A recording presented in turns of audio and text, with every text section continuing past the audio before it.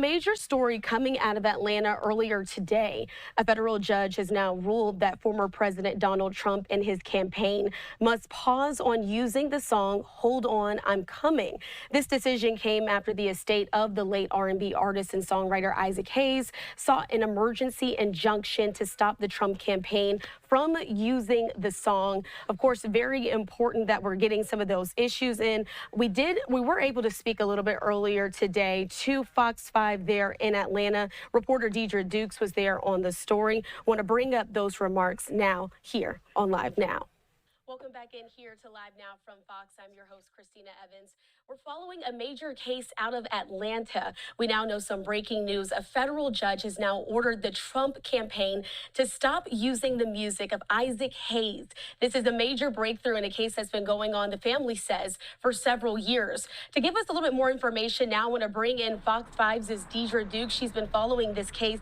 Deidre, what can you tell us about how the family is feeling and some of those things that came out of the court case? And we talked to the late singer's family and their attorneys outside of the courthouse this afternoon following today's ruling, the hearing that they held here this morning surrounding this song and the use of that song by the Trump campaign. Now, the family says that the Trump campaign has been using this song without their permission for years. They say that today's ruling is not only a victory for Isaac Hayes, but also, they say, for other recording artists. Before the decision by Judge Thrash, Donald Trump has been barred from ever playing the music of Isaac Hayes again. Isaac Hayes III and his siblings praised Tuesday's ruling as they prepare for the next round in this legal battle. A federal judge ordered former President Donald Trump and his campaign to stop using their father's song at campaign events.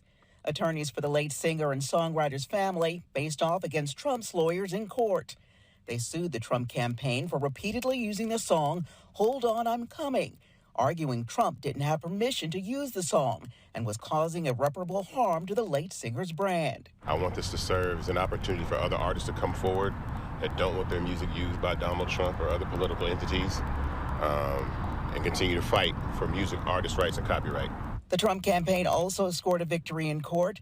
The judge denied the family's request that Trump be forced to take down campaign videos posted on the internet which feature the song.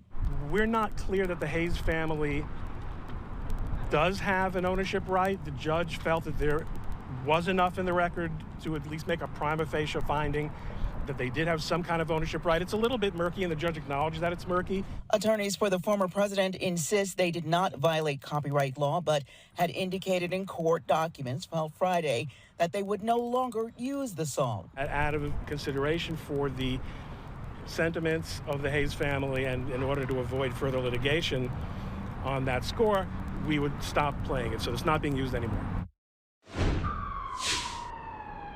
Now, while the Hayes family is very pleased with the outcome of today's court hearing, they do say they're going to continue to fight to try to get those Trump campaign videos taken down offline.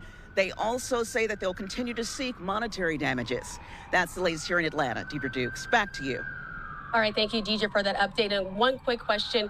We also know that the family has been fighting for rights for several years. In fact, they weren't able to they'd have the rights to their song, they say, for over 56 years. So this is sort of a continuing battle that's a little bit more personal than one might normally think. It's not like this has been the case for a long time. This is far from over. This legal battle continues at several levels, and we were told by the attorneys they expect that this is going to take months before it's resolved. All right, reporting there in Atlanta, Fox 5 Atlanta, Deidre Dukes, thank you so much for your time. We appreciate you. And again, we were just hearing there from Fox 5's Atlanta, Deidre Dukes. She was able just to give us a little bit insight into what was happening there in the courtroom, also in other places. But we were also able to hear from the Trump campaign lawyer who was present there in court today, fighting to get the rights of that song to be used. They said it was under fair use. Let's listen to some of those comments that they had also earlier today outside of the courthouse.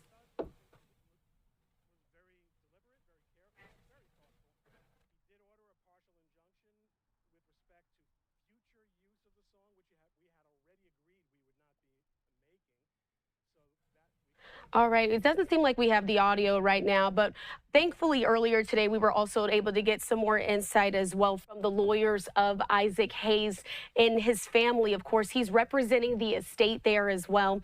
They had a full conversation with us earlier today here on Live Now, talking about the full implications of this and also what this really means to the family as they try to take those next steps moving forward to make sure that this case is fully resolved. Let's go ahead and listen in now.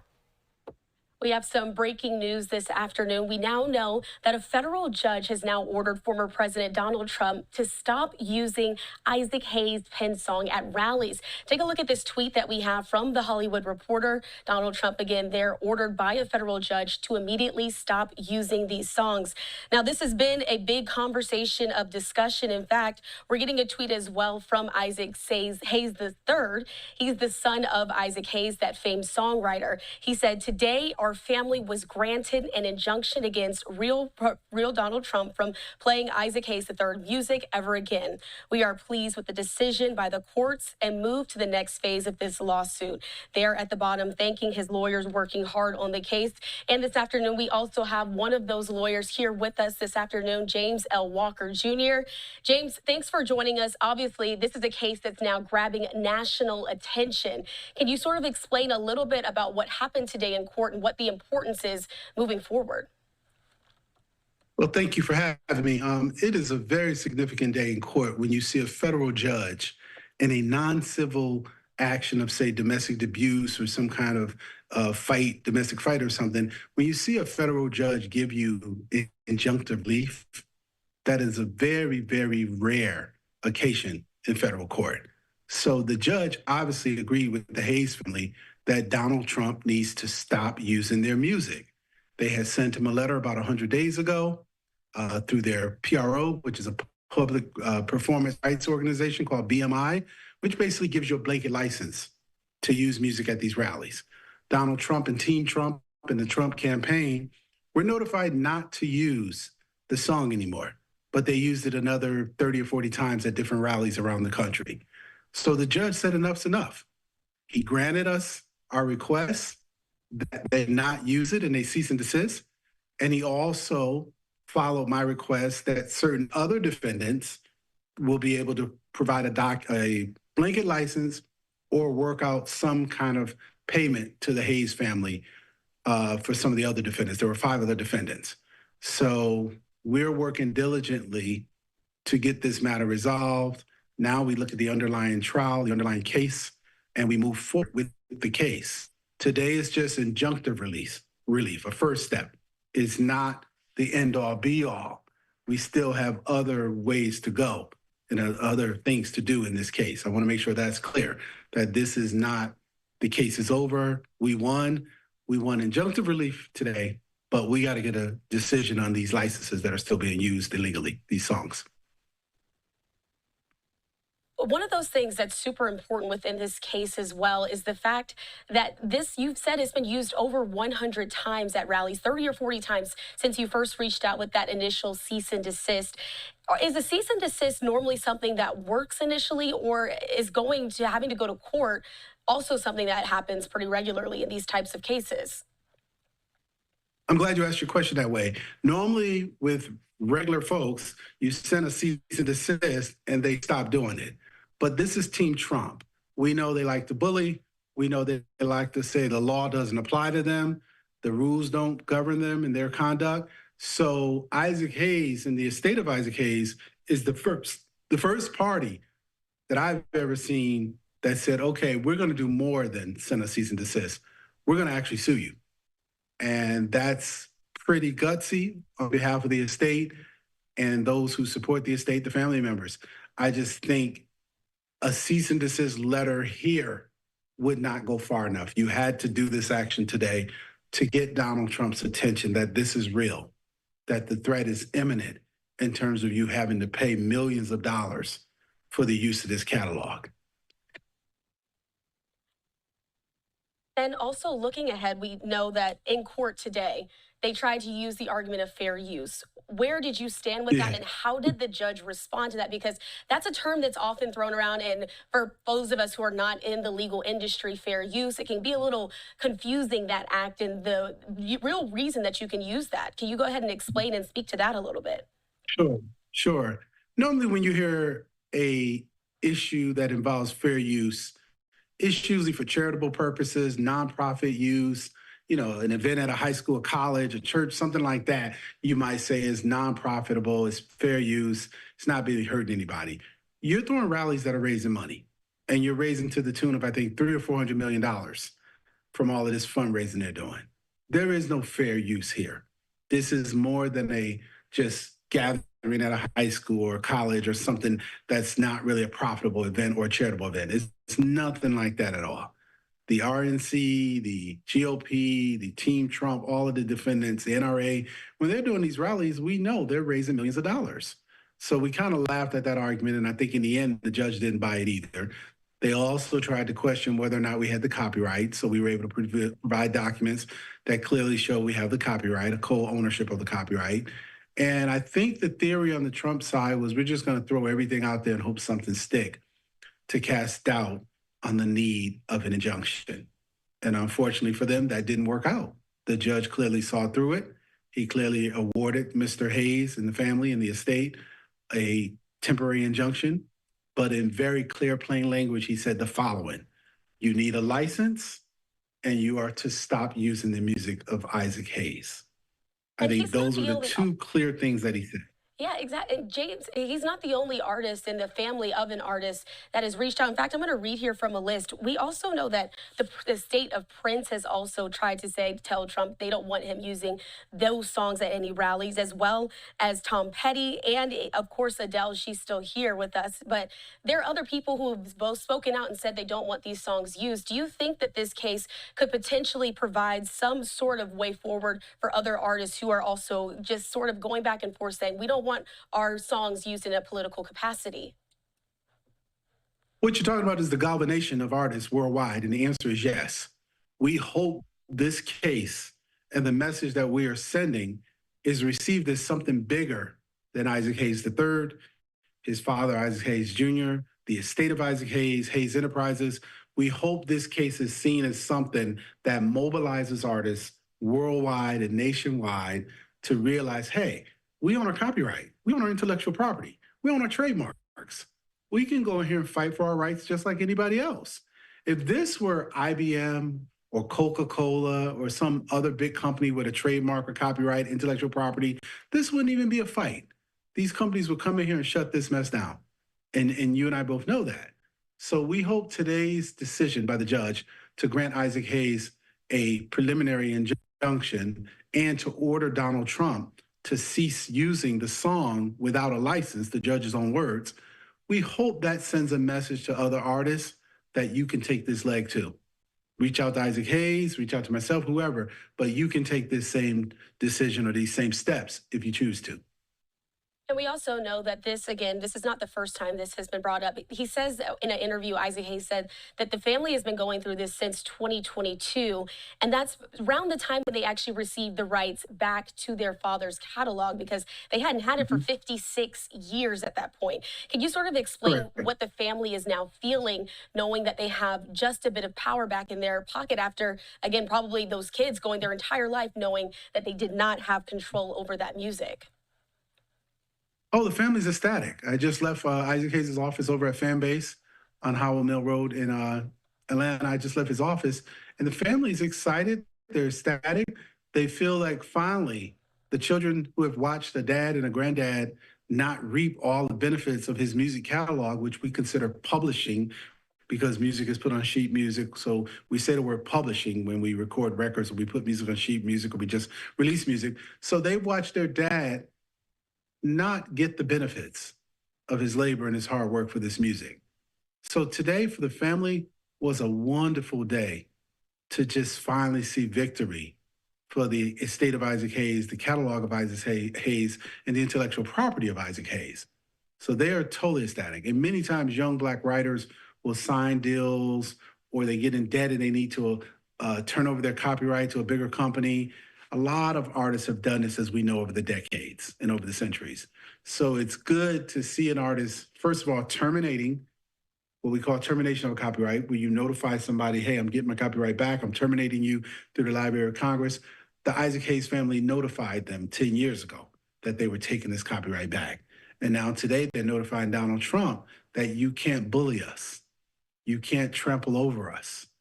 These are our rights through our father, through his legacy, through our inheritance, and we're going to make sure we reap the financial benefits as well as the moral, economical, political, any other benefits that could come. They're going to reap those benefits as they rightfully should. And I like the fact that you said moral there because, again, listening to some of the words that Isaac Hayes III has been speaking out about, he says that this is not a political issue for him. Instead, it's just one of morality. Kind of spending some time with them, would you say that that is just sort of the path that they want to make sure that everyone in the public understands as well? I've represented Isaac for a while right now, and we've never had one political conversation. He's never once said anything remotely of, I'm for the Democrats, or I'm doing this, for this and that person, or I'm hoping to help this. He's never once said that. His whole focus has been, he has 7 sisters, he has nieces, and he feels strongly his father would not want his music associated with Donald Trump, given Donald Trump's convictions, given his reputation, given the alleged conduct that Donald Trump engages with dealing with women. So Isaac Hayes has been very clear in his interviews, given his family dynamics and the number of women in his family and the number of sisters that he has, that that's what this is about for him. He's never made it about politics. And knowing that, like you said, this case is far from over, the next steps have to start being taken place. What can you sort of walk us through for us to be able, who are going to be tracking this, of course? What are we going to be seeing over the next few months? And when do you anticipate that you'll be back there in that courtroom? Obviously, without giving up too much of our strategy, the standard procedure is you would go into discovery. Now that the injunction is up, the judge will call a meeting, probably establish a scheduling order, and we'll talk about deadlines for when things are due, motions, briefs, discovery, depositions, all that kind of stuff. That'll be the next process here. We'll start subpoenaing people. We'll start subpoenaing records. We'll start interviewing Donald Trump or his handlers. But that it basically just move into a full litigation mode of the things you do before you get to trial.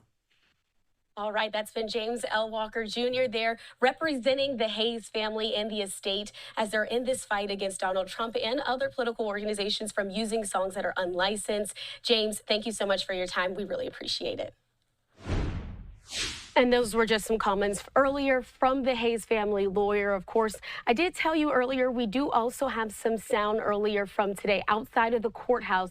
The Trump administration lawyer was there as well, making some comments about this injunction that the judge ruled on. Let's go ahead and bring those to you now as well so you could hear what the Trump side has to say as well. I think it was very deliberate, very careful, very thoughtful. He did order a partial injunction with respect to future use of the song, which we had already agreed we would not be making. So that we consider to be a wash. We decided not to do that because of the interest of the campaign.